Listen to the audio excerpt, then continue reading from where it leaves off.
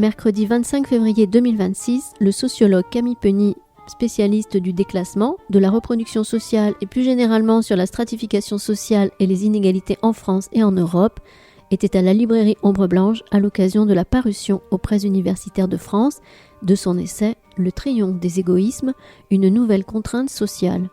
L'auteur y observe la montée d'un égoïsme structurel généré par une mise en concurrence de tous contre tous depuis l'école, qui alimente une droitisation des classes moyennes supérieures.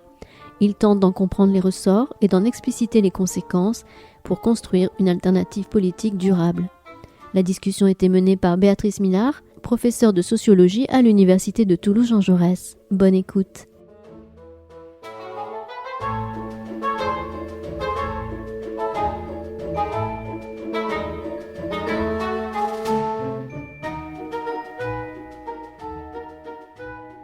Bonsoir à toutes et à tous, merci d'être venus aussi nombreux et nombreuses. Merci à Camille Penny, évidemment, qu'on accueille avec grand plaisir à la librairie Ombre Blanche pour son livre « Le triomphe des égoïsmes ». Je vous souhaitais juste dire un mot avant de laisser la parole aux intervenants pour remercier Béatrice Millard, qui est sociologue à l'Université Toulouse-Jean Jaurès et qui fera la modération, l'animation de cette rencontre avec Camille Penny. Et vous signaler également que le livre est en vente à l'accueil de la salle de rencontre et que vous pouvez vous le procurer à l'issue du dialogue et qu'il y aura un moment de discussion, d'échange avec vous également. Et que Camille Penny pourra également répondre à vos questions dans un moment informel à la fin. Et évidemment, si vous voulez une dédicace, voilà, c'est tout à fait possible. Enfin, si tu veux bien te prêter au jeu, évidemment. Allez. Bon, ben, merci beaucoup et passez une belle rencontre. Merci beaucoup, merci de votre présence également. Donc, bien voilà, moi je suis en charge de faire l'animation. Donc, j'ai pas mon BAFA, mais je devrais quand même m'en sortir.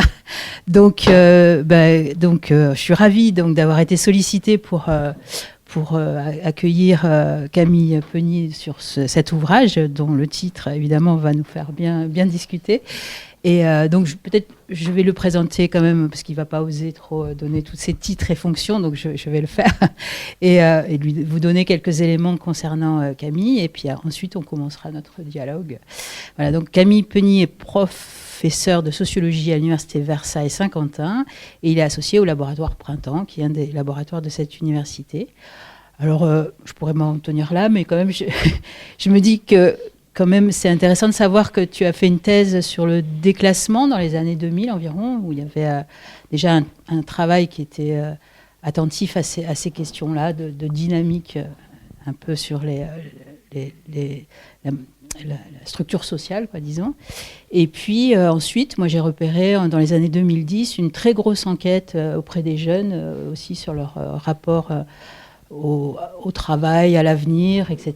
Donc voilà, c'est quand même fort de ce travail-là déjà qui avait été lancé que tu t'es lancé donc, dans cet ouvrage sur donc le triomphe des égoïsmes avec un sous-titre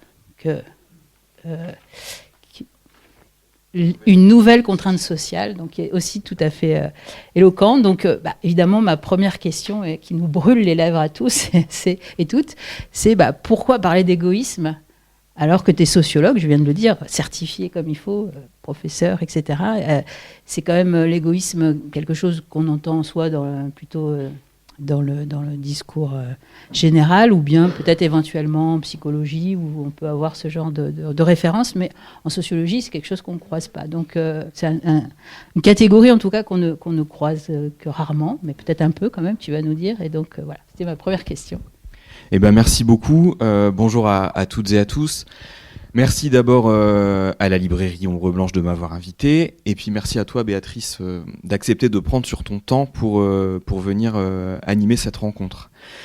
Alors effectivement, parler d'égoïsme quand on est sociologue, c'est un terrain un peu glissant, puisque c'est un concept qui est plutôt chargé moralement, c'est un concept de jugement moral. Quand on dit de quelqu'un qui est égoïste, c'est rarement positif, ou en tout cas c'est quand même assez chargé moralement.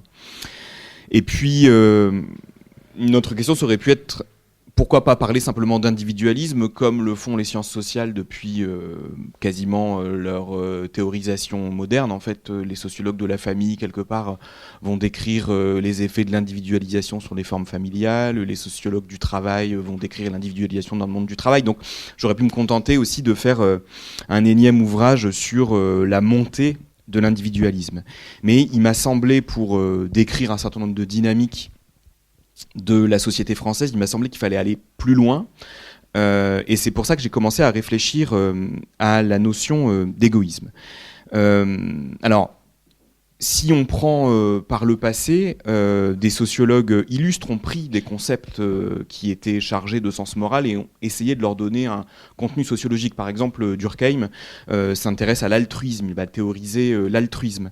Dans les années 1930, il y a un sociologue américain qui s'appelle Merton qui va analyser sociologiquement la frustration et voir ses effets politiques. Donc moi, je ne me compare pas du tout, je vous rassure, je n'ai pas totalement vrillé, je ne me compare pas à Durkheim, ni à Merton, mais je me suis dit, voilà, il y a des augustes prédécesseurs qui ont fait ce travail, et donc, en tout cas, je peux m'y essayer.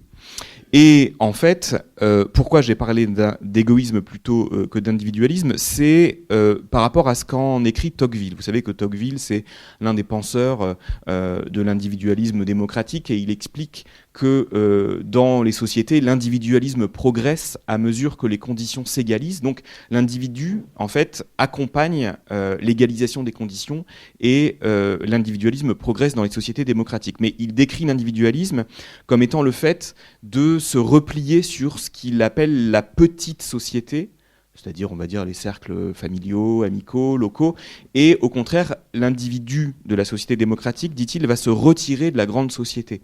Et moi, ma principale objection aujourd'hui, c'est celle-là, c'est de dire que les comportements, les pratiques que je décris, elles ont un effet sur la grande société. C'est pas juste des individus qui se replient sur eux, c'est des individus qui adhèrent à des grilles de lecture de la société, qui produisent des effets. Sur la société et qui produisent des effets sur les autres groupes sociaux. Donc c'est pour ça que j'ai fait ce pas vers l'égoïsme, mais merci d'avoir cité le sous-titre. Je me suis battu avec l'éditeur pour que le sous-titre figure bien. Alors j'ai dû céder, vous voyez qu'il ne figure pas sur la couverture, mais il figure sous la 4e de couverture, parce que en fait moi je suis chercheur et je suis pas prêtre, je suis pas moraliste, donc c'est pas les individus mon problème. Mon problème, si je puis dire, c'est la société. Et donc ce que je décris dans cet ouvrage, c'est un fonctionnement social, c'est un fonctionnement de la société qui nous contraint à agir de manière égoïste. Alors je décris, on y reviendra, surtout cette montée de l'égoïsme parmi ce que j'appelle les classes moyennes supérieures, et je vous tranquillise tout à fait immédiatement, par mes diplômes, par mes revenus, j'appartiens tout à fait à ces classes moyennes supérieures, et il n'y a pas d'un côté les individus égoïstes et de l'autre les individus vertueux. Je pense qu'on est tous et toutes tour à tour égoïstes dans certains comportements ou dans certaines sphères de l'existence et tour à tour vertueux. Mais vraiment, ce qui m'intéressait, c'est d'expliquer que cette montée des égoïsmes était vraiment le produit d'un fonctionnement social. Et ce fonctionnement social, et je m'arrête là, c'est vraiment celui d'une société qui jette les individus en concurrence les uns contre les autres de manière croissante, et ce d'autant plus que l'État social, qui a longtemps, pas si longtemps que ça en fait dans l'histoire sociale, mais en tout cas depuis la fin de la Deuxième Guerre mondiale jusqu'à une quinzaine ou une vingtaine d'années, l'État social a protégé les individus, et à mesure qu'ils se retirent, ce qu'il reste, c'est de plus en plus une société de la lutte pour la vie, pour reprendre l'expression de Robert Castel, et c'est dans ce cadre-là qu'émergent ces comportements égoïstes tels que je les définis. Oui, très bien. Merci beaucoup pour cet éclaircissement sur le terme lui-même. Je pense qu'on y reviendra peut-être, mais la question, ce que j'ai trouvé aussi d'intéressant et d'important dans cet ouvrage, c'est que tu ne démarres pas sur cette notion d'égoïsme pour dire je vais tout vous expliquer ce que c'est que l'égoïsme, etc., etc. En fait, il y a un travail qui est d'abord fait sur l'étude de la structure sociale, tu l'as un peu évoqué là dans ta réponse, et essayer de comprendre comment justement l'évolution, la dynamique qu'on peut observer de cette structure sociale et les mobilités qui ont été à l'œuvre depuis, je ne sais plus très bien quelle est ta période de référence, mais c'est quelque chose qui permet justement de déceler ce phénomène que tu souhaites observer. Est-ce que tu peux nous expliquer un petit peu mieux comment tu fais le lien entre ces deux aspects-là, quoi?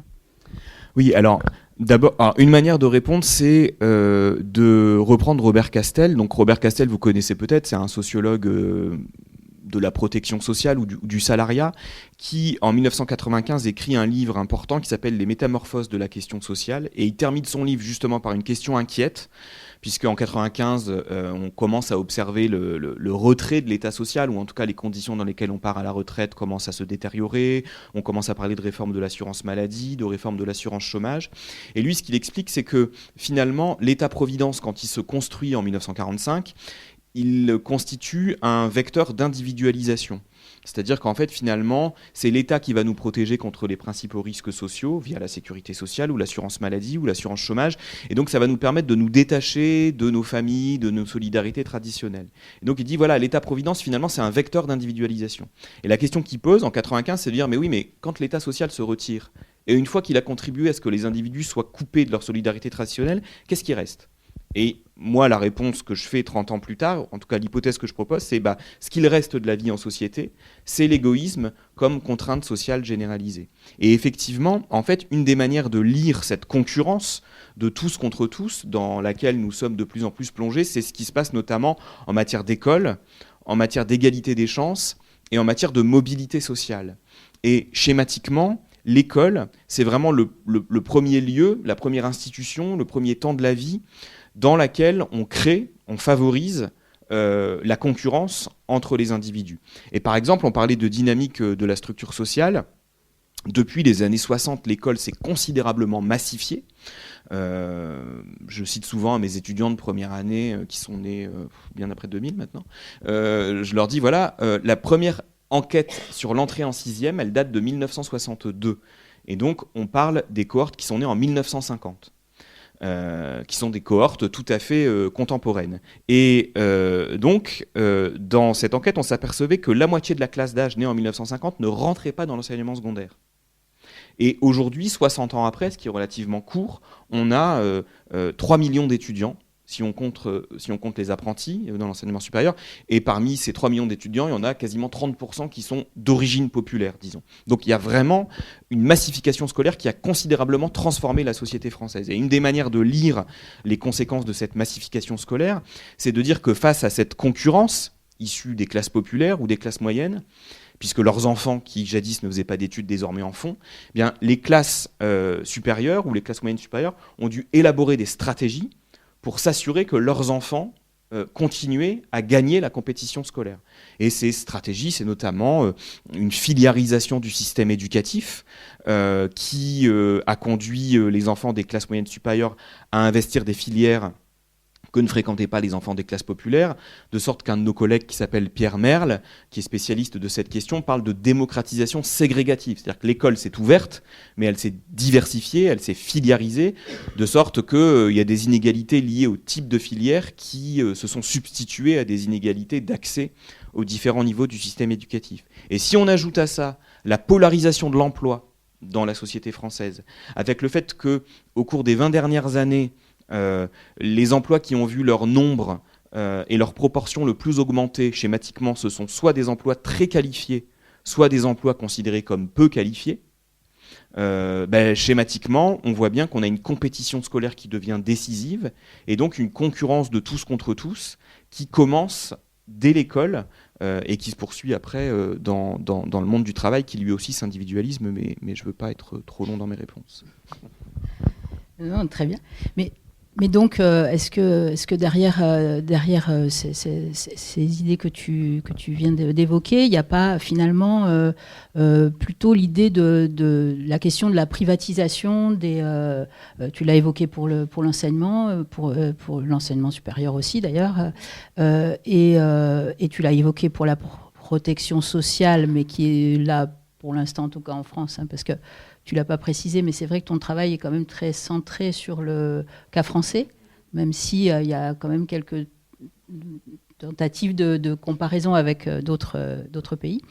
Et voilà, donc en fait, est-ce qu'il n'y a pas derrière ce rapport, enfin, si on revient encore sur cette notion d'égoïsme, un rapport à l'État, un rapport à la question publique, quoi, ou quelque chose comme ça, qui serait un peu peut-être le cœur du phénomène que tu montres, ou pas Oui, enfin, en tout cas, ce qui est sûr, c'est que ce que j'analyse un peu dans cet ouvrage, notamment parmi les classes moyennes supérieures, c'est l'adhésion accrue au principe du néolibéralisme économique. Alors, je me base, parce que alors, néolibéralisme économique, ça veut dire beaucoup de choses différentes selon les auteurs, il y a beaucoup de débats. Moi, je me base sur ce qu'en écrit un économiste américain qui s'appelle David Harvey, qui parle d'un processus de néolibéralisation et qui explique que finalement, ce processus de néolibéralisation, il n'en appelle pas à la disparition de l'État, il en appelle en fait à une réorientation du rôle de l'État, avec l'idée que la principale mission de l'État, c'est d'entretenir un climat favorable aux affaires, favorable à la compétitivité économique. Et là où l'État, hier, apparaissait comme une institution qui conciliait, dans le cadre d'une économie beaucoup moins mondialisée, la nécessité de faire coexister le développement économique et la cohésion sociale, aujourd'hui l'État il apparaît comme un frein, comme un acteur lourd qui va renforcer le coût du travail et comme un empêcheur de faire des affaires en rond, pour parler de manière un peu triviale. Et donc le rôle de l'État doit être aujourd'hui simplement d'assurer le climat le plus compétitif possible et le plus favorable aux affaires, tout en maintenant un certain nombre de filets de protection minimum. Par exemple, le néolibéralisme s'accommode très bien du RSA. Voilà, c'est un filet de protection minimal qui n'empêche pas d'être bien en dessous du seuil de pauvreté. Désormais, on veut même le conditionner à 15 heures de travail ou 20 heures de travail hebdomadaire, mais on laisse ce filet de protection minimal. Et puis surtout, c'est l'ouverture à la concurrence et au marché de secteurs qui jadis en étaient largement protégés. Donc, on a parlé de l'éducation. Je montre dans le livre, par exemple, qu'une des manières dont les familles des classes moyennes supérieures ont gagné la compétition scolaire, c'est en investissant massivement l'école privée. On voit en 15 ans, c'est court 15 ans, un cloisonnement accru de l'enseignement secondaire privé. La part d'élèves dits de milieux favorisés selon la terminologie du ministère de l'Éducation nationale, dans les collèges et dans les lycées privés au niveau national, elle a augmenté de 15 à 20 points en 15 ans, alors qu'elle est restée stable dans l'enseignement secondaire public. De sorte qu'il y a eu vraiment une segmentation sociale très importante dans l'enseignement supérieur. Avec Béatrice, on est bien placé pour le voir.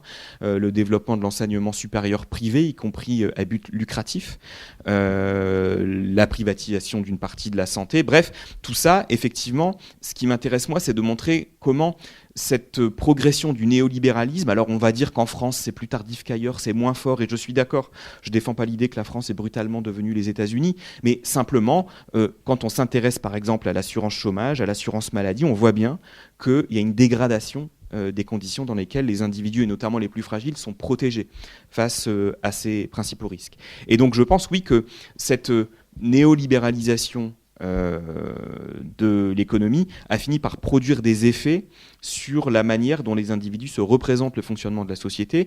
J'oserais presque dire qu'il y a une forme de néolibéralisation des esprits, notamment parmi les classes moyennes supérieures, dont je montre, avec des données statistiques assez rigoureuses, j'espère, qu'elles adhèrent de manière accrue à ces principes de mérite, de concurrence et de responsabilisation individuelle, mais je pense qu'on va y revenir. Oui, alors en t'écoutant, je pensais à un autre sociologue qui est très connu en sociologie aussi, qui est Max Weber, parce que quand tu parles d'esprit de compétition ou de concurrence, je ne sais pas comment tu le dis exactement dans l'ouvrage, un ouvrage très, très connu de Max Weber qui a consisté à essayer de mettre en lien historiquement la présence de cet esprit du capitalisme avec lui, à l'époque, une éthique protestante. Bon, voilà, on est dans un contexte particulier de cette période de la naissance du capitalisme.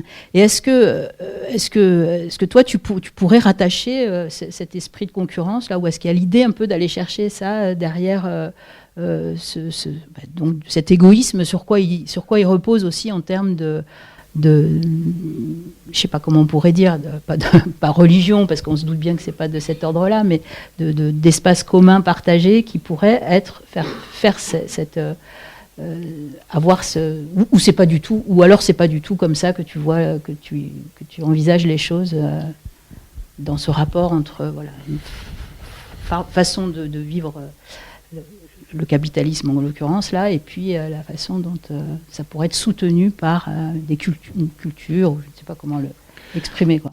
Oui, enfin, disons qu'en fait, moi je me suis rendu compte en écrivant ce livre que j'étais très durkheimien finalement, c'est-à-dire que j'ai une manière un peu rapide de dire les choses, c'est que j'ai l'impression que la conscience collective s'est dissoute, c'est-à-dire que quand je parle d'égoïsme, c'est le fait, alors toujours, les individus ont essayé de défendre leurs intérêts. Enfin, il n'y a pas besoin de sociologue pour décrire le fait qu'on essaye de défendre nos intérêts. Mais ce qui me semble caractéristique de l'époque, c'est le fait qu'il n'y ait aucun déni des inégalités. Par exemple, moi, c'est quelque chose qui m'a beaucoup frappé. J'utilise des données d'enquête qui sont des données de la DRES, qui est le service statistique du ministère de la Santé, qui, depuis 2000, chaque année, interroge 4 à 5 000 Français, échantillons représentatifs, etc., et les interroge sur leur perception des inégalités, de la protection sociale, du rôle et du coût de l'État-providence, etc. Et il n'y a dans la société française aucun déni des inégalités, y compris parmi les cadres, y compris parmi les cadres du privé, y compris parmi les cadres du public. Je vous donne un exemple. Depuis 2000, année après année, on a entre 70 et 80% des cadres, du public comme du privé, qui considèrent que les inégalités ont fortement augmenté au cours de la période qui vient de s'achever et qu'elles vont continuer à le faire à l'avenir. Donc il n'y a aucun déni des inégalités, y compris parmi les plus favorisés. Par contre, ce qui a changé, c'est que quand on les interroge sur les causes de ces inégalités, les grilles de lecture ont complètement changé. Il y a 15 ans encore, les principales réponses, c'était le hasard de la naissance ou le hasard des circonstances. Aujourd'hui, la majorité des cadres répondent « c'est dû au mérite ». À des différences de mérite. Donc c'est un indicateur parmi d'autres de la montée de ces explications qui renvoient à la responsabilité individuelle, qui fonctionne dans les deux sens. C'est-à-dire que si j'ai réussi, si j'ai de l'argent, si j'ai des diplômes, si j'ai du patrimoine, finalement, je le dois à moi-même. Hein. Et le corollaire, c'est que si toi tu as échoué, si toi tu n'as pas eu de diplôme, si toi tu es caissière, finalement, tu es aussi responsable de ton parcours et donc, quelque part, tu en es responsable. Et ça me semble tout à fait caractéristique de l'époque. Alors moi, je ne vais pas chercher dans des matrices religieuses, mais je pense qu'il y a un travail politique qui n'a pas été fait, c'est-à-dire de défense de grilles de lecture individuelles, enfin plus collectives, qui auraient fait appel à des éléments de détermination sociale ou politique. Et puis, est-ce que je peux parler maintenant des raisons pour lesquelles on voit ça chez les classes moyennes supérieures, qui sont des raisons un peu sociologiques ? Tout à fait. Alors. Très bonne transition. Non, parce que en fait, ça me semble important. Alors, chez les classes moyennes supérieures, on voit grimper de 15 à 20 points au cours des 20 dernières années, la proportion d'attitudes qu'on va qualifier de favorables au néolibéralisme économique. C'est-à-dire, il y a une augmentation de 15 à 20 points des cadres, du public comme du privé, qui vont considérer que l'État-providence coûte trop cher, que la protection sociale coûte trop cher, qui vont considérer qu'on en fait trop pour les plus démunis, qui vont considérer que les chômeurs pourraient trouver du travail s'ils le souhaitaient vraiment. Alors, ça ne veut pas dire que c'est une majorité écrasante de cadres qui sont brutalement convaincus par les thèses les plus fortes du néolibéralisme économique, mais ça me semble important parce qu'une augmentation de 15 points, vous voyez, quand on passe de 40 à 55% de cadres qui pensent ça, ou de 45 à 65% de cadres qui pensent ça, y compris dans le public, moi ce qui m'a un peu surpris, ça veut dire que ça a des effets électoraux, parce que ce sont des groupes sociaux qui votent beaucoup, qui votent plus que les classes populaires. Et donc leur poids dans la décision électorale, il est plus important que leur poids dans la population. Et donc ça a des effets électoraux. Et ça, à mon avis, on peut le rattacher à des évolutions sociologiques de la société. Aujourd'hui, je décris un virage à droite de ces classes moyennes supérieures, alors que mes homologues politistes du début des années 80 décrivaient au contraire un virage à gauche de ces classes moyennes. Elles ont fait l'élection de François Mitterrand, montrent les politistes du début des années 80. Moi, je vois 4 raisons rapides à ces transformations. La première, c'est l'embourgeoisement relatif de ces groupes sociaux. Pourquoi, je vais vraiment très vite, je suis désolé, pourquoi ces groupes sociaux votaient à gauche au début des années 80 ? Parce qu'ils étaient massivement issus des classes populaires.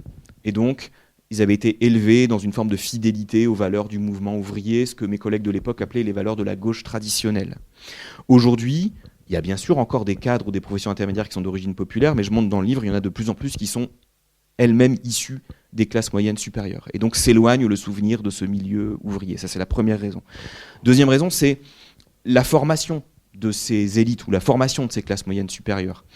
De plus en plus formées dans des écoles de gestion, des écoles de management, des écoles de commerce qui promeuvent ces valeurs d'entrepreneuriat, d'entreprise économique, de grille de lecture favorable à la concurrence, au mérite. Mais même nous, à l'université, je ne sais pas si toi, à Toulouse, c'est pareil, mais nous, maintenant, l'entrepreneuriat étudiant, et encore, je ne dis pas que c'est mal ou que c'est toujours mal ou que c'est toujours bien, mais on voit bien comment on incite à l'entrepreneuriat étudiant, comment c'est valorisé, comment on contribue à diffuser ces valeurs. Donc ça, c'est la deuxième raison, c'est la manière dont on est formé. La troisième raison, c'est ce qui se passe dans le monde du travail. C'est-à-dire qu'il y a une individualisation forte dans le monde du travail, y compris et surtout dans le monde du travail des cadres. L'individualisation des rémunérations. Notre collègue Sophie Bernard, qui est professeure à Paris-Dauphine, a montré que parmi les cadres du privé dans les entreprises de plus de 10 salariés, 90% touchent des éléments individuels de rémunération, des primes sur objectifs, de l'intéressement aux bénéfices, etc. etc. Les cadres, ils se font coacher maintenant. On se fait coacher individuellement pour développer nos potentialités. Avant, il y avait une logique, on progressait dans nos carrières, c'était des grilles de qualification dans des conventions collectives. Maintenant, c'est des logiques de compétences. Les compétences, c'est individuel. Bon, ça, c'est la troisième raison, ce qui se passe dans le monde du travail. Puis une quatrième raison, c'est que ces classes moyennes supérieures françaises, elles sont en concurrence sur un marché des cadres qui, pour les cadres dirigeants ou les cadres les plus qualifiés, est mondial. Il y a une pression. On sait bien que pour leurs enfants, désormais, le marché du travail est mondial. Il faut aller apprendre l'anglais, il faut faire des années de césure, les formations encouragent ça.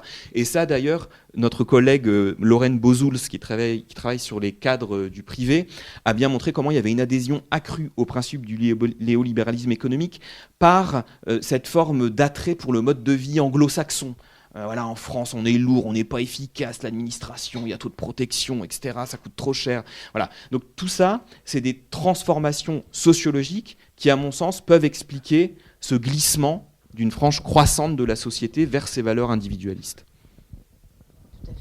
Donc on comprend bien qu'en fait, ce que Camille explique, c'est que la structure, cette éthique de la méritocratie, si on veut faire continuer un peu le lien avec l'expression de Max Weber, en fait, elle a trouvé à se nicher dans l'évolution un peu de ces classes, l'émergence de ces classes moyennes et donc de leur place de plus en plus, alors, soit importante ou en tout cas qui faisait que les classes plus populaires étaient moins présentes dans ces rapports de compétition. Mais la question après, c'est aussi et tu l'as un petit peu évoqué, c'est d'où il vient ce modèle, quoi. En fait, alors évidemment, d'un point de vue, on peut le dire d'un point de vue politique, on sait le situer dans les années 80, et on sait aussi qu'il vient un peu, tu l'as dit à l'instant, des milieux anglo-saxons. Et voilà, et c'est aussi une question un petit peu là qu'on peut se poser. En tout cas, c'est finalement, est-ce que c'est parce qu'il y a eu des modèles qui ont été vus comme étant formidables et qui allaient permettre... mais est-ce que ça n'a pas produit aussi des formes de désillusion? Parce qu'on sait quand même que depuis ces années 80, on est maintenant dans les années 2020, ça fait 50 ans. Et est-ce qu'on peut imaginer une espèce de retour soit en arrière ou de transformation qui pourrait se faire aussi facilement finalement que visiblement ça s'est fait à l'époque? Peut-être que c'est une question un peu trop générale, mais... Non, c'est pas. Enfin, c'est une question qui est intéressante. Moi, alors, je commence le livre en disant ça peut paraître totalement absurde de faire un livre sur l'égoïsme, puisqu'on vit dans une société où quand même chaque jour l'actualité nous donne l'exemple de mouvements de solidarité, de liens sociaux, d'engagement solidaire. Il y a plein alors il y a aussi l'actualité quotidienne qui nous montre des mouvements de repli, de rejet, etc. Mais il n'y a pas que ça. Donc moi, je ne dis pas du tout que le lien social a disparu dans la société française, qu'il n'y a plus d'engagement, qu'il n'y a plus de solidarité. Ça n'aurait aucun sens. Au contraire, dans la société société, il y a encore de fortes demandes de collectif, de solidarité, de protection. Mais mon hypothèse, c'est que toutes ces demandes, elles sont quelque part sous le radar. Elles ne coagulent pas, faute de discours politiques alternatifs crédibles qui donneraient à voir ou qui donneraient un débouché à ces différents éléments. Un motif d'espoir aussi, paradoxalement. Alors on pourra parler des classes populaires tout à l'heure, puisque les 2 derniers chapitres du livre sont consacrés aux classes populaires. Je ne parle pas que des classes moyennes supérieures, mais un des motifs d'espoir, c'est que cet égoïsme fait des victimes, si je puis dire, y compris parmi les classes moyennes supérieures. Je prends l'exemple du cadre supérieur en burn-out. Typiquement, ça peut être l'exemple de quelqu'un qui, y compris, a cru en ce modèle, qui, y compris, a joué le jeu de la compétition professionnelle, et puis qui, à un moment, d'une manière ou d'une autre, est éjecté de cette société de la compétition, est broyé par cette société et se retrouve dans des formes diverses d'épuisement professionnel. Mais là encore, moi, ce qui me frappe, c'est que quand on regarde les travaux des sociologues qui ont commencé à réfléchir à ces questions des risques professionnels, ou en tout cas cette question de l'épuisement professionnel, souvent ce qui est proposé aux salariés qui ont fait un burn-out ou qui sont dans des formes d'épuisement professionnel, c'est, pour dire les choses un peu trop rapidement, des formes de développement personnel qui, encore une fois, restent dans l'individu. C'est-à-dire qu'une manière de sortir du burn-out, c'est se retrouver soi-même, c'est se recentrer, etc. Et donc, on voit bien qu'il y a une forme d'impasse du moi, une forme d'aporie du moi qui est là. Alors, franchement, si on fait débuter le mouvement au début des années 80 avec Reagan, avec Thatcher dans le monde anglo-saxon, on voit quand même que les sociétés ont résisté, y compris du point de vue des politiques publiques. La France a longtemps résisté, la redistribution a longtemps empêché les inégalités d'exploser. Alors maintenant, ce mouvement est terminé pour la France, c'est-à-dire qu'on voit que les inégalités réaugmente, sans même parler de l'explosion des hauts revenus, mais même si on fait le rapport interdécile des 9 sur D1 qui écrase complètement les inégalités, c'est-à-dire on prend les 10% les plus riches et on divise leurs revenus par celui des 10% les plus pauvres. On s'aperçoit que longtemps en France, il a été contenu autour de 3, 3,5 selon les indicateurs qu'on prenait, et puis il augmente à nouveau. Alors si en plus on prend les 1% les plus riches contre les 1% les plus pauvres, alors là on voit qu'il a encore plus explosé, mais la France n'est plus épargnée par cette recrudescence des inégalités. Mais toujours est-il que ce mouvement il s'est sédimenté pendant longtemps. Donc on ne reviendra pas en arrière comme ça brutalement et rapidement, mais simplement moi je pense qu'il y a des demandes d'égalité, des demandes de solidarité au sein de la société française, et qu'elle constitue le ferment possible d'un autre modèle de société. En lien un peu avec l'action publique, et c'est ça, et le rapport et ce rapport public-privé qui est depuis trop longtemps au détriment du public, c'est ça un peu Je vous donne un exemple. J'habite à Clamart. Clamart, c'est une ville de classe moyenne supérieure, pas que, mais une ville de classe moyenne supérieure dans la proche banlieue parisienne, située dans l'académie de Versailles. J'ai commencé ma carrière à Paris 8, et Paris 8, c'est l'académie de Créteil, c'est la Seine-Saint-Denis, et je discutais avec des collègues donc, qui m'expliquaient que leurs enfants, mais c'est des données statistiques qu'on a, avaient sur l'ensemble du cycle maternel, primaire, secondaire, en moyenne, 1 an de classe en moins, parce que les conditions d'exercice sont très difficiles dans l'académie de Créteil, qu'il n'y a pas assez de profs, que quand ils sont absents, ils ne sont pas remplacés. Et donc, mis bout à bout, c'est documenté, ils ont 1 an de classe en moins. Et figurez-vous que cette pénurie d'enseignants, ces non-remplacements, cette contractualisation des enseignants, etc., elle a gagné l'Académie de Versailles. Et les parents de l'école publique de secteur dans laquelle je mets mes enfants s'aperçoivent qu'on a sabré l'enseignement public et que ça a des conséquences, y compris pour leurs enfants maintenant.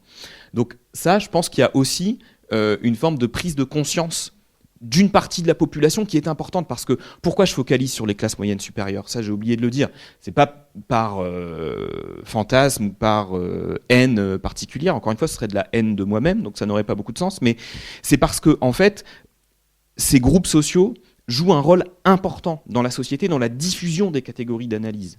Un sociologue allemand qui s'appelait Simmel avait décrit au début du XXe siècle, selon lui, le rôle de la classe moyenne. Il nous expliquait que c'était une classe très importante parce qu'elle était souvent issue des classes populaires et aspirait à devenir carrément bourgeoise. Donc elle interagissait avec tous les groupes sociaux et elle répandait ses valeurs, ses attitudes, ses opinions. Aujourd'hui, on ne va pas dire les choses comme ça, mais c'est vrai que les classes moyennes ont des diplômes, ont des revenus, classes moyennes supérieures ont des diplômes, ont des revenus, ont accès aux catégories d'analyse, s'estiment légitimes à diffuser des catégories d'analyse, ont accès aux médias, aux canaux qui les diffusent pour une partie d'entre elles. Et donc le débat politique a raison, par exemple, de focaliser sur les 1% les plus riches. On voit la taxe Zuckman, etc. C'est essentiel pour saisir les dynamiques d'accumulation et d'explosion des inégalités. Mais d'un point de vue sociologique, je pense qu'il faut aussi regarder les 15 ou les 20% les plus riches ou les plus aisés.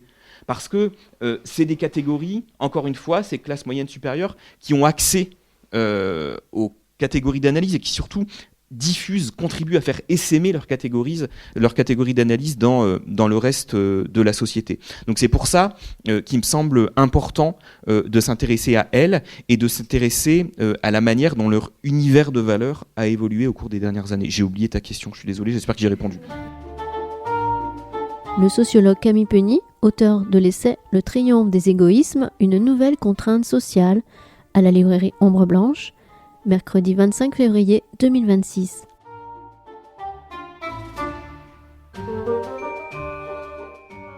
Et peut-être aussi pour quelque chose qui est peut-être un petit peu présent, mais pas tant que ça, et pourtant on en parle beaucoup comme étant un clivage fort dans nos sociétés contemporaines, c'est ce rapport rural-urbain. Est-ce qu'il y a quelque chose... Déjà, il y a bien quelque chose en lien avec la présence de certaines catégories socio-professionnelles dans ces territoires, mais par-delà tout ça, est-ce que voilà, il y a des choses que tu peux observer à cette échelle et qui sont qui pourraient être aussi contribuer à ce phénomène-là ou pas? En tout cas... Oui, en tout cas, alors est-ce que je peux parler des classes populaires ? Mais tu peux parler de tout ce que tu veux, c'est toi le... En fait, donc, dans les 2 premiers chapitres du livre, ça parle des classes moyennes supérieures, et puis les 3e et 4e, ça parle des classes populaires, à partir d'une enquête que j'ai faite, cette fois-ci pas avec des données statistiques, mais avec des entretiens, auprès de femmes de ménage qui sont employées par une grande entreprise de services à la personne, mais qui nettoient le domicile de clients particuliers. Et j'ai fait cette enquête dans un département plutôt rural de l'ouest de la France. Et moi, je suis très attaché au Pas-de-Calais, dans lequel je suis né, où j'ai habité jusqu'à l'âge de 20 ans, qui est un département rural, où habite encore ma famille.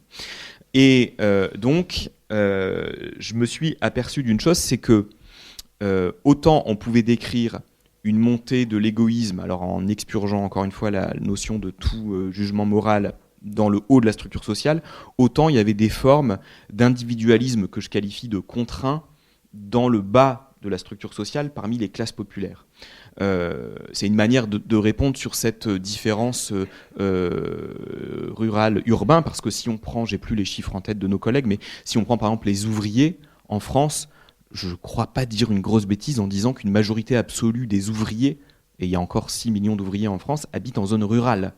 Contrairement à l'image qu'on a de l'ouvrier, etc. Mais typiquement, moi, mes grands-parents étaient ouvriers. Ils étaient ouvriers. Vous avez peut-être entendu parler dans l'actualité de la verrerie-cristallerie d'Arc, dans le Pas-de-Calais, qui a beaucoup de soucis aujourd'hui. Voilà, mes grands-parents, ils étaient ouvriers dans cette usine. Mais ils étaient ouvriers dans une usine où il y avait des milliers d'ouvriers, où il y avait des syndicats, etc.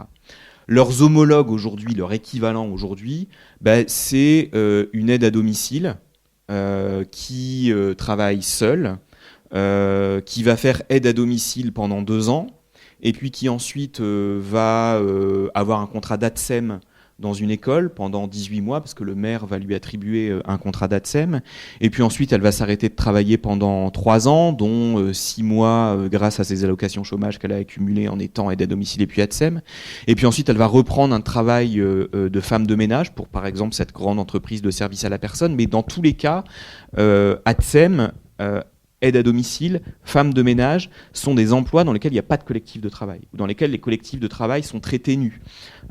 Chez les hommes, c'est pareil. Les emplois qui se diffusent le plus, c'est des emplois, par exemple, en Seine-et-Marne, dans les zones périurbaines. On n'est pas vraiment dans le rural, mais très loin de Paris, les entrepôts de la logistique. dans lesquels on va avoir le transport de la logistique où les gens vont être tout seuls dans leur camion, tout seuls dans leur camionnette.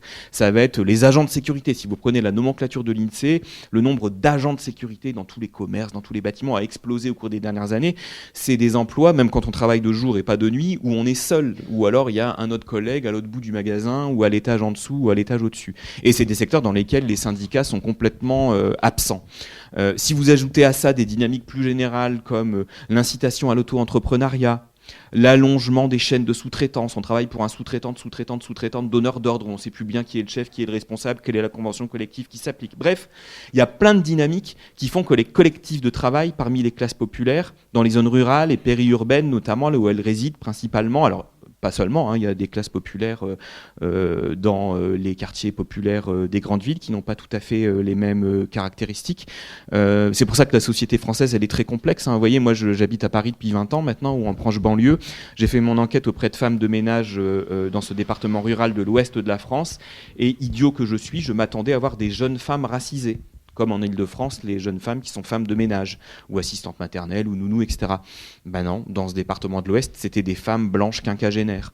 Donc même les catégories socio-professionnelles, les professions, les âges, les origines, elles diffèrent selon les départements. Mais tout ça pour dire que parmi les classes populaires, on a plutôt une tendance à ce que Robert Castel appelait un individualisme par défaut, c'est-à-dire des individus qui sont contraints de s'assurer eux-mêmes avec ce qui reste de protection de l'État social et des formes de débrouille, des formes de solidarité locale.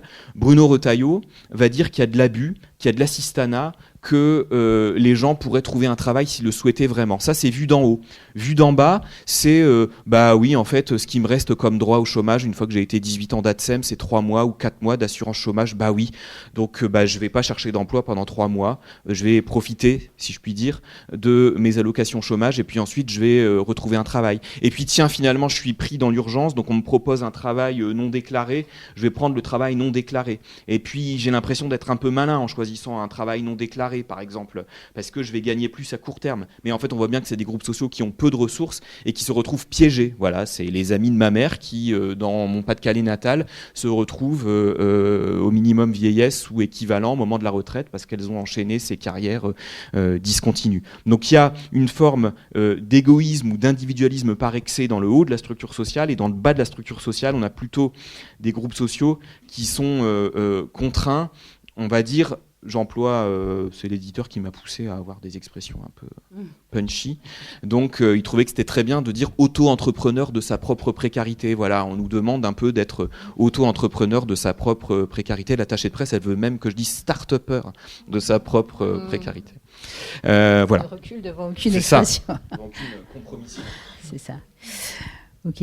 Et en t'écoutant parler aussi, je me disais, mais quand même aussi, durant ces années-là, il y a beaucoup, la structure du travail, la structure professionnelle a beaucoup changé du fait de la présence de plus en plus importante de femmes, des femmes au travail. Et alors tu l'as un petit peu évoqué là, à propos des femmes que tu as interrogées effectivement dans cette deuxième partie de l'ouvrage, mais plus généralement, qu'est-ce que cet accès des femmes au travail a fait à ce phénomène que tu as observé? Est-ce qu'on peut faire un lien ou pas? Il n'y a pas lieu Question compliquée parce que moi j'ai pas travaillé sur cette question. Alors il y a une partie du secteur des services à la personne, alors qui emploie 90% des femmes, 98% des femmes de ménage sont des femmes, 95% des aides à domicile sont des femmes, etc. Mais on voit que ce sont des emplois dont le nombre augmente très rapidement et qui augmentent très rapidement parce que le travail des femmes est massif, c'est-à-dire que c'est parce que les femmes travaillent qu'il faut s'occuper de leurs enfants, qu'il faut s'occuper de leurs parents et qu'il faut maintenir des monoprix ouverts à Paris jusqu'à 23h parce qu'il faut que les femmes cadres puissent aussi aller s'acheter leurs repas comme les hommes en sortant du métro. Donc on voit bien que la généralisation du travail féminin a contribué à ce développement en partie des emplois peu qualifiés. Alors moi, ce que je pensais, c'était mettre en évidence, par exemple, quand je parlais des attitudes favorables au libéralisme économique, à des formes de lecture individualisante des trajectoires, je pensais qu'on allait mettre en évidence des différences hommes-femmes. Je pensais de manière un peu idiote peut-être que les femmes allaient être moins gagnées par ces logiques méritocratiques, individualisantes, etc. Dans les données que j'ai utilisées, parmi les cadres, il n'y a pas de différence significative entre les femmes cadres et entre les hommes cadres. De la même manière que je n'ai pas vraiment réussi à mettre des différences en évidence publique-privée. Je m'attendais par exemple à ce que les cadres du public, qui sont quand même pour moitié des enseignants, une petite moitié des cadres du public sont des enseignants.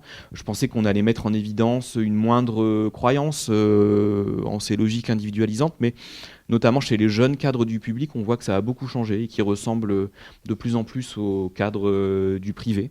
Voilà, mais sur le genre, je pense qu'il ne faut pas que j'en dise plus parce que je n'ai pas de données plus précises. Alors, tant qu'on y est sur les choses où tu vas être embêté pour répondre, j'en rajoute une louche à propos d'aussi tout ce que l'IA, l'intelligence artificielle dont on commence à nous parler de plus en plus et de manière très immédiate, peut faire sur cette, encore une fois, répartition de la structure professionnelle telle qu'elle existe actuellement et les rapports que tu y vois. Qu'est-ce que tu en penses? Ça, c'est un grand débat chez les... Je sais que tu n'en parles pas, mais bon. Alors, j'en parle indirectement. C'était pas l'IA à l'époque, mais en fait, il y a tout un débat depuis une vingtaine d'années parmi les politistes, les sociologues, les économistes sur ce qu'on appelle la polarisation des sociétés occidentales. C'est quoi l'idée de la polarisation des sociétés occidentales? C'est l'idée que les emplois dont le nombre et la proportion augmenteraient le plus dans la population active, ce seraient soit des emplois très qualifiés, soit des emplois très peu qualifiés. Je le disais tout à l'heure. Pourquoi? L'hypothèse, c'est celle du progrès technologique. Alors on peut mettre maintenant les IA dedans, hein. Les économistes n'arrêtent pas de débattre quels emplois vont être surtout menacés par l'IA. Auparavant, c'était pas l'IA, c'était l'informatisation, puis après, c'était Internet, etc., etc.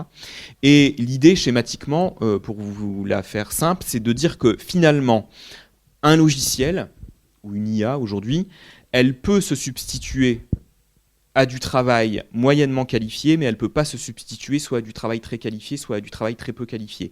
Typiquement, un logiciel peut traiter la paye ou la comptabilité dans une entreprise. Elle ne peut pas remplacer les cadres dirigeants et elle ne peut pas non plus remplacer les femmes de ménage, les aides à domicile, les assistantes maternelles.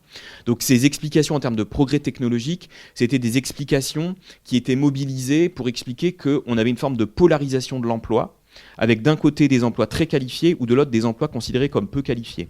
Ça a nourri la thèse des deux marchés du travail chez les économistes, avec l'idée qu'il y aurait d'un côté un marché du travail pour les cadres, pour les employés qualifiés, et donc pour ceux qui ont, ou celles qui ont gagné la compétition scolaire, qui ont des diplômes, et de l'autre un marché du travail de l'emploi non qualifié pour les vaincus de la compétition scolaire, avec l'idée que ces deux marchés du travail, il y avait très peu de liens entre eux. En gros, vous aviez soit des individus qui étaient des vaincus de la compétition scolaire, qui avaient très peu de diplômes et qui allaient toute leur vie évoluer sur ce marché du travail peu qualifié, ou de l'autre des vainqueurs, des diplômés de l'enseignement supérieur, qui allaient tirer leur épingle du jeu et pouvoir connaître des formes de carrière ascendantes. Et donc l'IA, il y a tout un débat aujourd'hui pour savoir est-ce que ça va accentuer cette polarisation de l'emploi qui est passionnante à étudier parce que les politistes, depuis 20 ans, creusent l'idée d'un clivage entre gagnants et perdants de la mondialisation.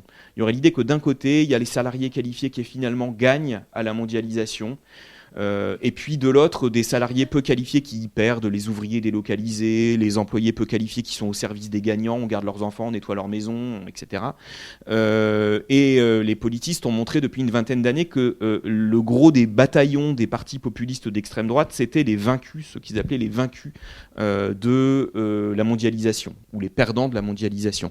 Donc on voit bien qu'effectivement, il y a un enjeu autour des effets de l'évolution de la structure sociale et de la déconnexion entre deux sphères d'emploi, deux marchés du travail, qui produit des effets politiques. Moi, j'en suis convaincu.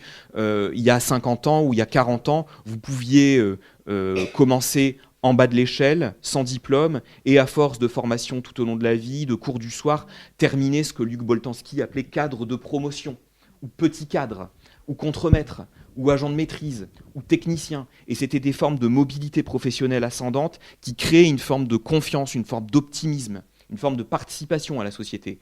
Aujourd'hui, si vous n'avez plus schématiquement que des emplois déconnectés les uns des autres, soit des emplois très peu qualifiés, soit des emplois très qualifiés, eh ben, vous enfermez les gens dans des couloirs sans sortie, vous enlevez les marchepieds qui servaient de support à des mobilités professionnelles, et ça crée de la défiance, ça crée de l'abstention, ça crée du populisme d'extrême droite, etc., etc. Donc je pense que, effectivement, moi c'est ça qui m'intéresse en tant que sociologue, c'est que les dynamiques de la structure sociale, elles produisent des effets politiques. Et c'est pour ça que j'ai fait ce livre.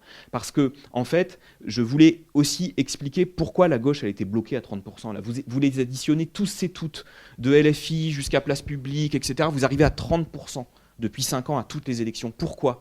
Alors on peut dire ils sont divisés, elles sont mauvaises, ils n'ont pas de charisme, ils nous fatiguent, ils sont trop sur les réseaux sociaux, ils n'ont pas le niveau. Et ça joue.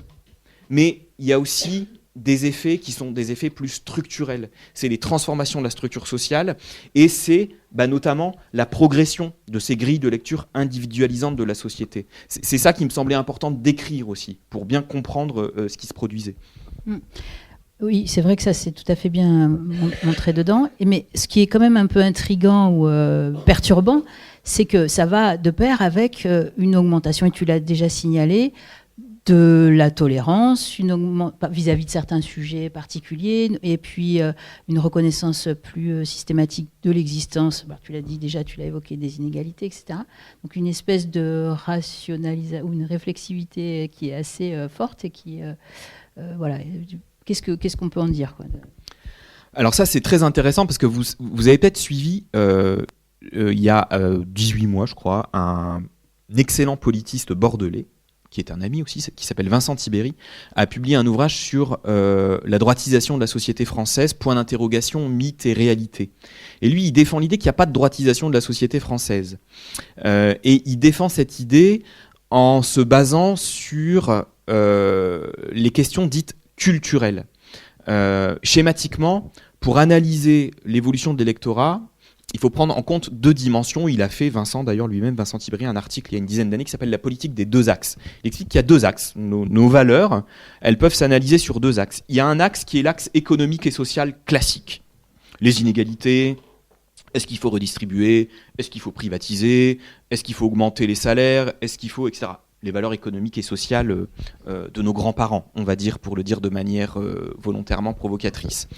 Et puis de l'autre, il y a des nouvelles questions qui en fait sont pas si nouvelles, mais on va dire qu'elles sont nouvelles, qui sont les questions de société, les questions de genre, les questions d'égalité entre les femmes et les hommes, la tolérance à l'égard des différentes formes de sexualité, des différents types de familles. On pourrait même ranger dans le même panier les attitudes par rapport à l'environnement, la préoccupation par rapport au réchauffement climatique, etc. Donc d'un côté des questions économiques et sociales classiques, de l'autre des questions de société. Sur les questions de société, il est vrai que la tolérance progresse fortement et rapidement au sein de la société française. Je donne l'exemple dans le livre de l'homosexualité, évidemment, est encore pointée du doigt par une minorité qui parfois peut être très violente, etc. Mais il y a une tolérance générale à l'égard de l'homosexualité. L'homoparentalité. J'étais très surpris de voir que, par exemple, on a, y compris parmi les ouvriers, y compris parmi les non-diplômés, y compris parmi les plus âgés, vous avez une majorité absolue dans chaque catégorie qui est favorable à la GPA, y compris pour les couples de femmes lesbiennes, par exemple.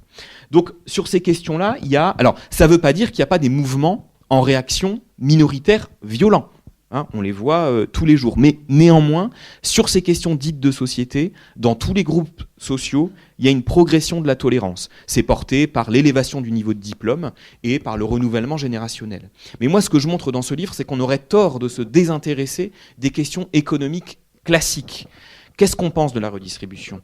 Qu'est-ce qu'on pense des impôts ? Qu'est-ce qu'on a envie de mettre en commun dans la protection sociale ? Est-ce qu'on a envie de voir réduire les inégalités de salaire, etc., etc. Et quand on prend les rares données qui sont disponibles sur le sujet, on montre, c'est ce que j'ai dit tout à l'heure, une progression des attitudes favorables au libéralisme économique. Et si on assimile à la droite de l'échiquier politique ces questions, on peut parler de droitisation des classes moyennes supérieures. Et schématiquement, Si on regarde Macron 2017, c'est quoi son positionnement ? C'est tout à fait ça. En 2017, il apparaît jeune et plutôt ouvert sur les questions de société, mais il est aussi tout à fait clairement favorable au principe du libéralisme économique. Et à mon sens, il rencontre une demande électorale. C'est une offre électorale qui répond à une demande. Libéralisme économique, libéralisme culturel. Et aujourd'hui, si on prend le résultat des élections législatives de 2024, il y a encore plus de 33% des cadres qui ont voté pour un candidat macroniste. Donc cette demande idéologique, le macronisme s'en va avec Macron. Enfin non, Macron s'en va, mais le macronisme ne s'en va pas. C'est-à-dire que cette demande idéologique, elle reste selon moi. Elle ne résume pas l'ensemble des attentes de la société française, mais elle est très présente chez des groupes sociaux qui votent et qui votent beaucoup. D'accord. Ça, c'est dit. Je sais pas, je regarde Maxime de loin. Ouais, voilà, je vois qu'il y a... Mais je sais pas, ou alors tu veux conclure sur un point qu'on n'aurait pas abordé ou Bonsoir.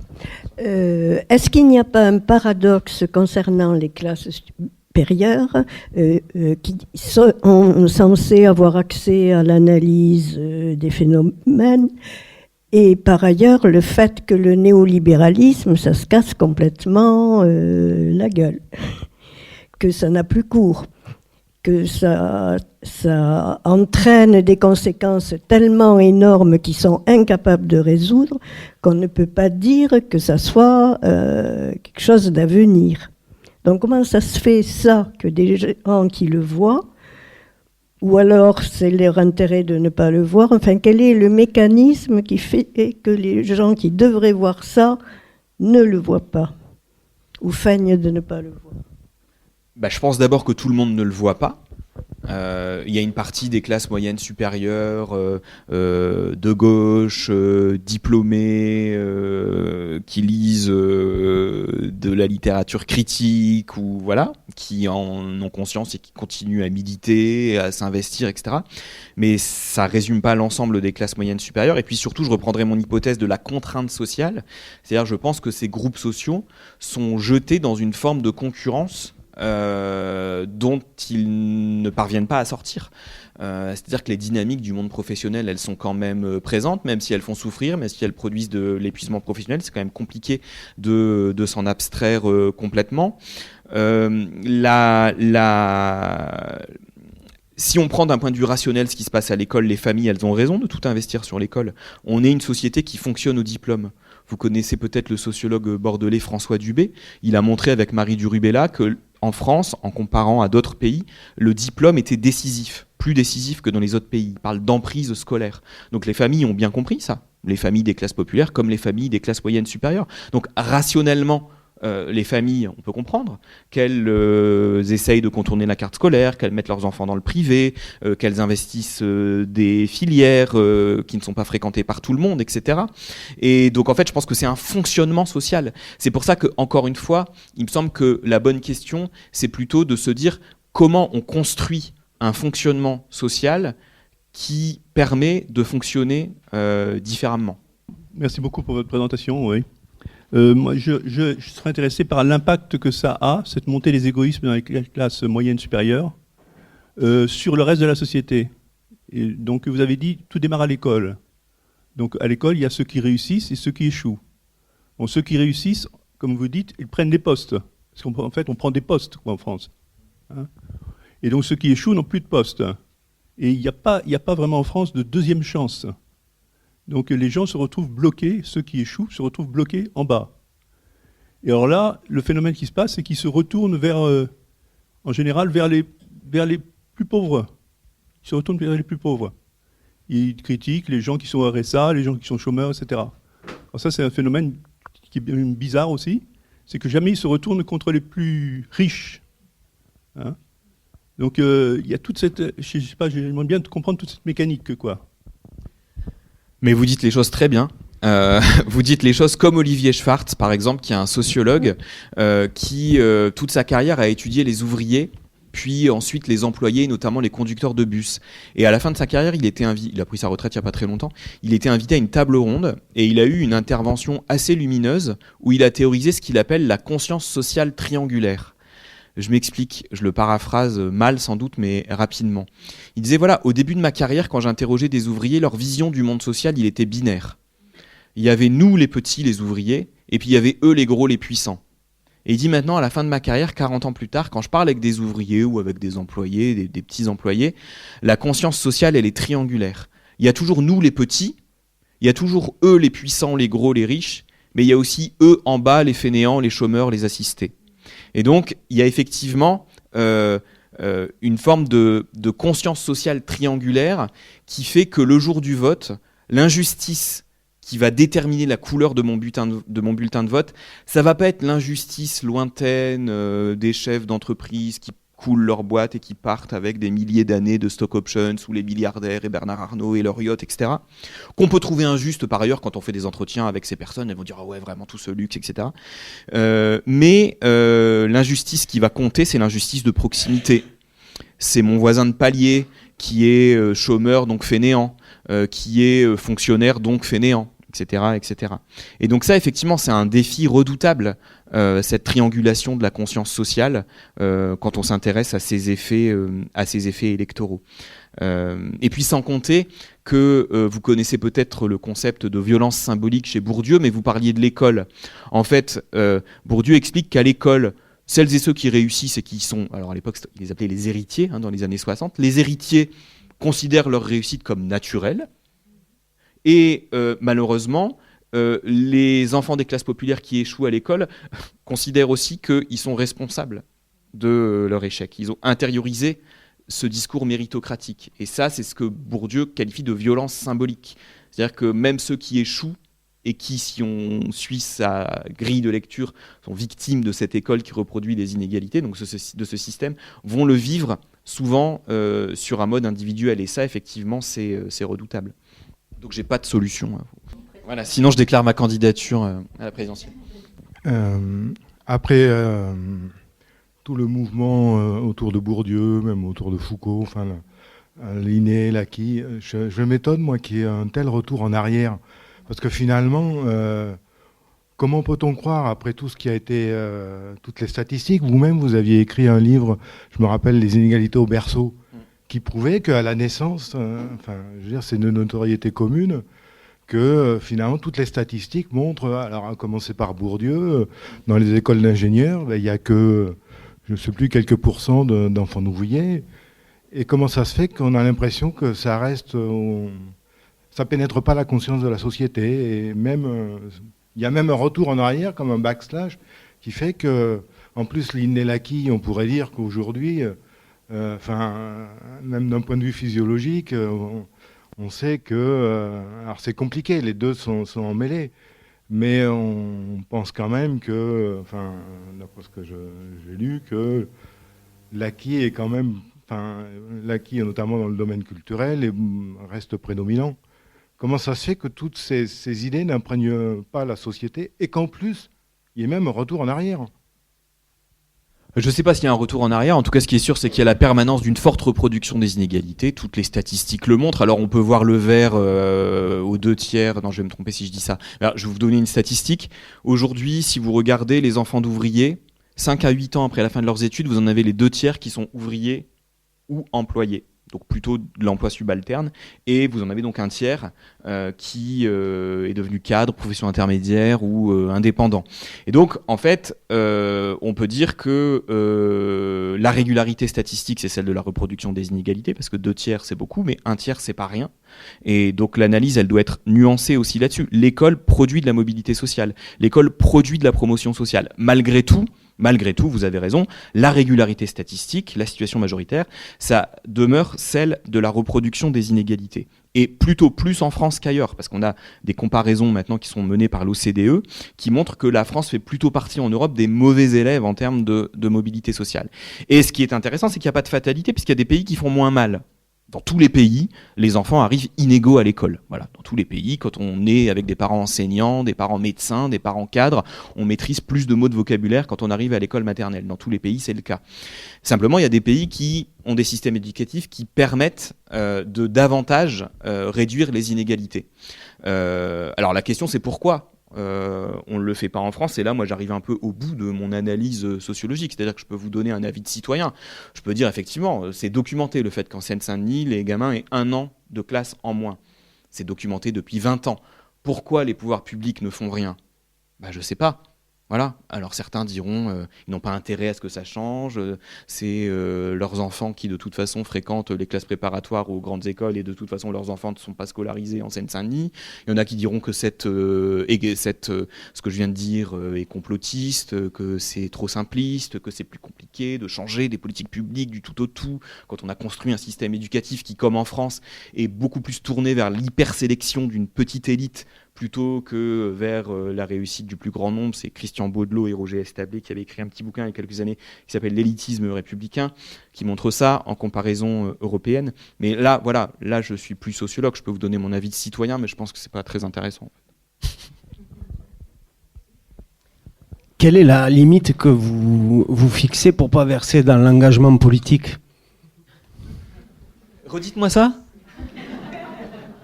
Comment vous faites pour ne pas verser dans l'engagement politique en sachant que vous êtes sociologue et que j'imagine que c'est très dur de ne pas passer, de pas franchir la limite et de rester savant, si je dirais, de rester objectif en fait. Comment vous... C'est 2 choses différentes. Pourquoi je fais pas de la politique ? C'est ça ? Est-ce que je reste objectif dans mes analyses, sachant qu'on touche à des sujets sur lesquels on a un avis de citoyen, c'est ça ? Bon, pourquoi je fais pas de politique ? C'est parce que je préfère faire de la sociologie. Et puis on peut choisir des sujets qui sont plus ou moins politiques. Moi, c'est vrai que j'ai toujours travaillé sur des questions d'inégalité, sur les transformations de la structure sociale, parce que c'est ce qui m'intéresse. Mais il y a plein d'autres façons de faire de la sociologie et il y a surtout plein d'autres thématiques. Comment on reste objectif ? En fait, en étant empirique, c'est-à-dire en travaillant avec des données d'enquête. Pour moi, le chercheur doit montrer son matériau, ce qu'on appelle notre matériau. Donc moi, je n'affirme pas que les classes moyennes supérieures croient davantage au mérite aujourd'hui qu'hier. J'ai plusieurs dizaines de pages de statistiques, d'enquêtes faites par la statistique publique qui permettent d'affirmer ça. Là, j'ai pas eu le temps de le dire, mais pendant 10 pages, j'essaye d'expliquer pourquoi je fais un regroupement qui s'appelle les classes moyennes supérieures et quels groupes sociaux je rassemble dans cette catégorie. L'enquête sur les femmes de ménage, je cite longuement ce qu'elles m'ont dit. Et donc ça, c'est ce qu'on appelle l'administration de la preuve de manière un peu pompeuse. On montre notre matériau. Voilà, on n'est pas éditorialiste sur BFM TV ou sur France Télévisions. Je ne suis pas Nathalie Saint-Cric et donc je montre mes données statistiques. Après, libre à chacun d'en produire une autre interprétation que moi. Je propose une interprétation. Et ça, elle est discutable. Et elle doit être discutée. Mais si j'ai bien fait mon travail, les chiffres qui sont dans l'ouvrage, eux, sont incontestables. Voilà. Ça me fait penser ce qu'avait dit Nicolas Sarkozy. Je le disais souvent à mes étudiants à l'époque. Il était invité par Arlette Chabot à la fin de son quinquennat, et elle avait osé pour une fois lui résister, et elle avait dit, mais monsieur le président, les statistiques montrent l'inverse, ou je sais pas quoi, et il avait dit, madame Chabot, je vous arrête tout de suite, peu importe les statistiques, la réalité est là. Et donc, voilà, ça, moi je peux pas entendre. Les statistiques, quand elles sont collectées rigoureusement, elles nous informent sur l'état de la société, ça doit être un constat partagé, et après, encore une fois, libre à chacun d'en faire son interprétation. Je dis les 2/3 d'enfants d'ouvriers restent ouvriers ou employés, libre à chacun de considérer que 1/3 d'enfants d'ouvriers qui connaissent une forme de promotion sociale, c'est peu ou beaucoup. Et libre à chacun de savoir pourquoi, et libre à chacun de proposer des solutions. Ça, c'est autre chose. Mais vraiment, je pense que quand on veut rester chercheur, il faut montrer son matériau et il faut donner à voir ces données. J'ai une question sur les médias et les réseaux sociaux, parce que les catégories sociales que vous décrivez là, on pourrait imaginer que par leur niveau de diplôme, ils sont plus indépendants vis-à-vis de toute cette sphère médiatique qui prône aussi l'individualisme. En fait, est-ce qu'ils sont sensibles également à ces médias, ou est-ce que c'est vraiment une analyse factuelle de la société qui devient de plus en plus dure, qui fait qu'ils versent justement dans cet égoïsme ? Alors c'est vrai que c'est une vraie question, celle de l'effet des médias, de l'effet des réseaux sociaux. Alors souvent on m'interroge dans les conférences que je fais depuis la publication du livre sur mais est-ce que, quel lien en gros avec les réseaux sociaux quoi, sur les... Ouais, mais parce que en fait, je pense que ça fait partie du tableau, mais j'ai pas les compétences et j'ai pas travaillé là-dessus, etc. Mais c'est vrai que, bah oui, c'est vrai qu'il y a une forme de mise en scène de soi quotidienne parmi celles et ceux qui utilisent les réseaux sociaux. Mais sur les médias, c'est vrai que quand on parle de la diffusion de ces grilles de lecture individualisantes, il me semble qu'on ne peut pas faire l'économie de l'analyse de ce qui se passe dans le champ médiatique. Vincent Tibéri, dont je vous parlais tout à l'heure, il défend sa thèse de la droitisation en disant qu'il y a une droitisation par le haut. Et c'est vrai que des collègues dont les noms m'échappent à l'instant, mais qui ont, c'est pas Claire Secaille notamment, qui avait fait des analyses sur ce qu'on disait dans les émissions de débat sur France Télévisions. C'est vrai que elle montrait que les questions qui étaient posées par les animateurs, par les éditorialistes, elles étaient plutôt des questions qui mettaient les personnalités de gauche face à la nécessité de justifier le fait que leur proposition allait contre l'apparente évidence du modèle néolibéral de ben oui, vous voulez augmenter les salaires, mais la dette, oui, mais vous voulez, etc. Et comment faire si l'Allemagne ne le fait pas, etc. Et donc on a vraiment des discours alternatifs qui sont sans cesse sur le reculoir, et sans même parler de la concentration dans les médias et de l'extrême droitisation d'un certain nombre de médias par le rachat par des milliardaires qui ont un programme politique très clair. Donc ce qui est certain, c'est que pour bien comprendre aussi la diffusion de ces grilles de lecture, il faut prendre en compte aussi ce qui se passe en haut, c'est-à-dire ce qui se passe dans le champ médiatique. Et j'ai aussi d'ailleurs quelques paragraphes sur ce qui se passe parmi les élites, parce que je pense que les classes moyennes supérieures, elles influencent le reste de la société, mais elles sont elles-mêmes influencées par les élites, vraiment les vraies élites, qui, elles, voient en leur sein le poids des élites économiques se renforcer, comme l'ont montré un certain nombre de collègues. Est-ce que vous ne pensez pas que dans cette droitisation, il y a aussi l'effet de l'abandon de tout repère concernant la question des étrangers, des réfugiés, des sans-papiers, des personnes qui vivent ici, qui travaillent, etc.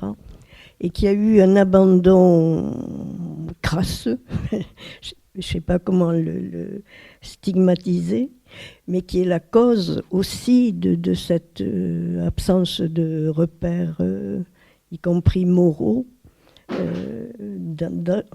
justement parmi l'élite. Alors je ne sais pas si c'est la cause, en tout cas on peut peut-être considérer que c'est un symptôme. Un des résultats moi, qui m'a beaucoup surpris, c'est, je disais, il y a montée de la tolérance, les questions de genre, etc. Mais sauf sur l'immigration. Ça c'est quelque chose qui m'a beaucoup frappé et qui m'a un peu désespéré parmi les cadres du public. C'est-à-dire qu'au cours des 15 dernières années, c'est parmi les cadres du public que En fait, il y a une question dans l'enquête que j'utilise qui est « il y a trop d'immigrés en France, est-ce que vous êtes tout à fait d'accord ?» Bon. Et en gros, chez les ouvriers, chez les employés, ça reste stable. On a 55% des ouvriers, des employés qui, entre 2000 et 2022, considèrent que oui, il y a trop d'immigrés. Mais en 2000, chez les cadres, on avait des proportions beaucoup plus faibles que parmi les ouvriers. Et aujourd'hui, c'est la même proportion. Et c'est chez les cadres du public qu'au cours des 15 dernières années, la proportion a le plus fortement augmenté. Et encore une fois, je disais tout à l'heure, les cadres du public, c'est pour moitié quasiment des enseignants. Et ça rejoint, j'allais être normatif et ne pas être chercheur, j'allais dire malheureusement, ça rejoint les constats d'un politiste de Sciences Po qui s'appelle Luc Rouban, qui montre que parmi les enseignants, le vote RN existe désormais. Et on est effectivement à 22 à 24% aux européennes ou aux législatives. Et donc effectivement, il y a sur la question de l'immigration une sérieuse nuance à apporter à cette question de la montée de la tolérance. Voilà, c'est certain. Et donc, bonjour, merci pour votre présentation. Donc je suis d'une autre génération et j'ai une anecdote. J'ai ma sœur donc qui a appris dans l'Ariège, j'insiste bien, appris à lire, à écrire à des enfants. Et elle me dit, il me faut un trimestre pour faire la discipline. Avant, donc il y avait le respect des valeurs, il y avait un certain respect. Donc déjà, c'était, On enclenchait bien l'année. Et après, elle me disait, je peux voir déjà, je peux faire un profil des jeunes qui vont réussir. Et donc ça, c'est important. Et deuxièmement, vous parlez de la gauche. Pour moi, la gauche n'existe plus, c'est clair. Regardez la composition sociale à l'Assemblée nationale. Le Conseil économique et social, c'est juste de la vitrine. Et en fait, je pense que les acteurs sociaux, les syndicats, les partis politiques ne jouent plus leur rôle. Et en fait, la gauche, elle s'est occupée des problèmes de société, mais elle ne s'occupe plus, comme dit la dame, des problèmes économiques et sociaux. Voilà. Donc, qu'est-ce qui s'est passé Qu'est-ce qui s'est passé En 30 secondes. Non, juste 2 points par rapport à ce que vous dites. Le premier, c'est certain, une des raisons des difficultés de la gauche, notamment dans les zones rurales et périurbaines, c'est une coupure sociologique entre les élites de gauche et la population. Voilà, enfin, encore une fois, moi, dans mon Pas-de-Calais, quand j'étais gamin, il y avait 13 circonscriptions, dont 12 PS ou PC. La seule qui était de droite, c'était celle du Touquet. Et en gros, les députés, ils étaient beaucoup plus souvent qu'aujourd'hui issus des classes populaires. Bon, maintenant, il n'y a plus que des députés RN et je crois 2 députés de droite au Touquet et à Arras. Bon, bref. Mais il y a une coupure sociologique, c'est certain.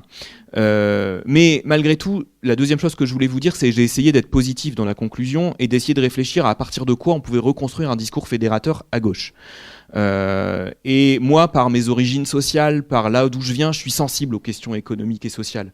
C'est quelque chose qui me tient à cœur. Et en fait, je me dis qu'on n'a pas à opposer les questions dites de société ou aux questions économiques et sociales, parce que je pense que la gauche, elle devrait s'en saisir pour articuler un discours à nouveau autour de la thématique de la dignité. Parce que finalement, pour reconstruire un discours de gauche, il faut partir des revendications qui s'expriment. Et on ne peut pas ignorer totalement les revendications féministes, les revendications des personnes racisées qui en ont marre de se faire contrôler 15 fois par jour à Saint-Denis parce qu'elles sont noires ou visiblement arabes.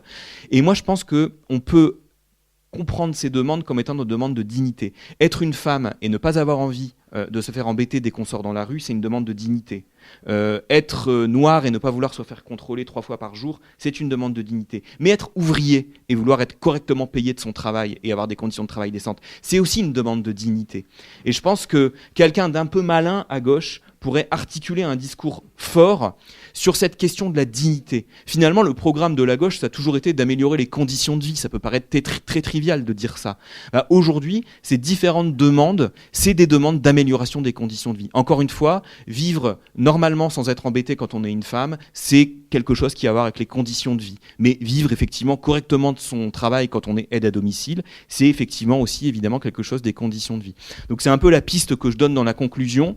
Essayons de réfléchir autour de ces conditions de vie et de la dignité, parce que sinon on va tomber dans le piège de ce que vous dites. On va dire, voilà, d'un côté il n'y a plus que les gens qui parlent de genre, d'écriture inclusive et de race, et puis qu'est-ce qu'on fait des salaires et des conditions de travail? Moi je pense qu'il faut traiter les deux, et que les deux, elles sont porteuses d'une demande de dignité. Une dernière question.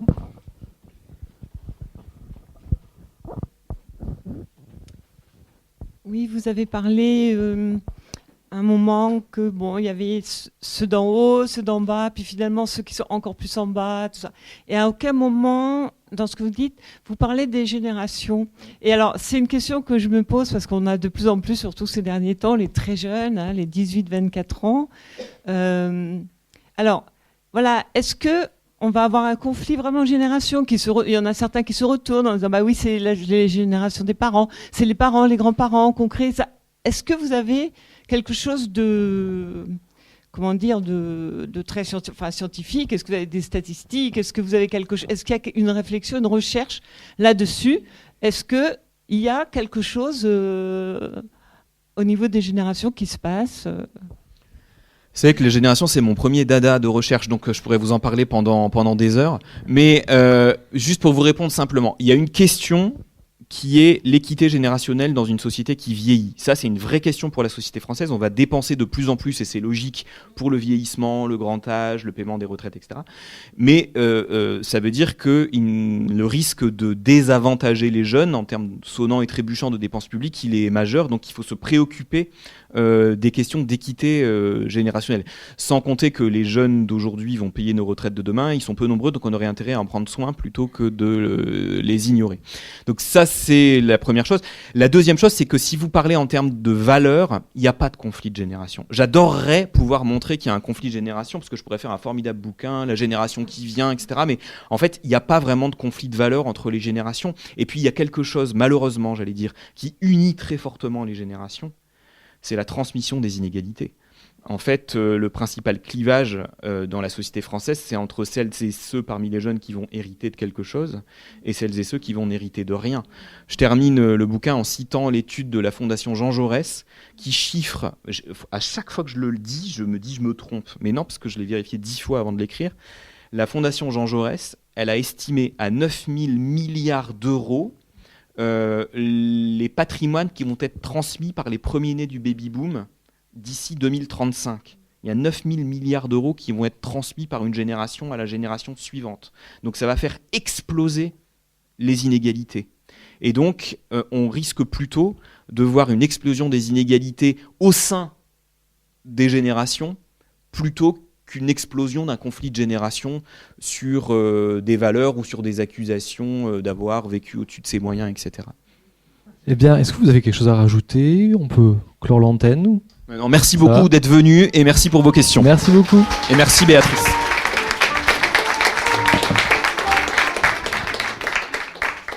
Il s'agissait à l'instant d'une rencontre avec le sociologue et maître de conférences à l'Université de Versailles, Camille Peny, lors de sa venue à la librairie Ombre Blanche, mercredi 25 février 2026. Son ouvrage « Le triomphe des égoïsmes, une nouvelle contrainte sociale » est publié aux presses universitaires de France. Il a aussi fait paraître en 2022 pour une politique de la jeunesse et en 2013 Le destin au berceau, inégalité et reproduction sociale aux éditions du Seuil. Réalisation et mise en onde, Radio avec Radio Radio Plus et Radio Terre.